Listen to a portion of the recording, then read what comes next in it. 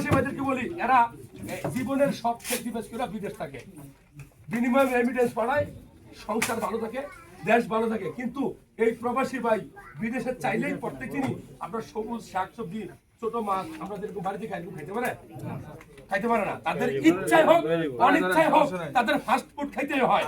কেউ খ্যাপসা খায়, কেউ পিএফসি খায়, কেউ কেএফসি খায়, কেউ আলবাইক খায়, কিন্তু খাইতে হয়। অতিরিক্ত ফাস্ট ফুড খেলে কি হতে পারে? আমি গুরুত্বপূর্ণ 3টা রোগের কথা বলবো, মনে রাখবেন। খাওয়ার আগে 1400 বার চিন্তা করবেন।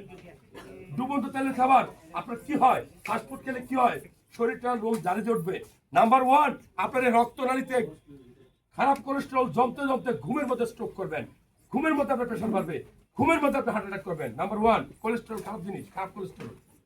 নাম্বার 2, অতিরিক্ত ফাস্ট ফুড জাঙ্ক ফুড যদি আপনি খান, আমাদের শরীরের ভিতরে একটা গ্রন্থি আছে লিভার, যেটা খাবার পরিপাক করে, এটা কেমিক্যাল কারখানা আল্লাহ তাআলা আপনাকে গিফট করছে, চর্বি জমতে ফ্যাটি লিভার রোগ হবে।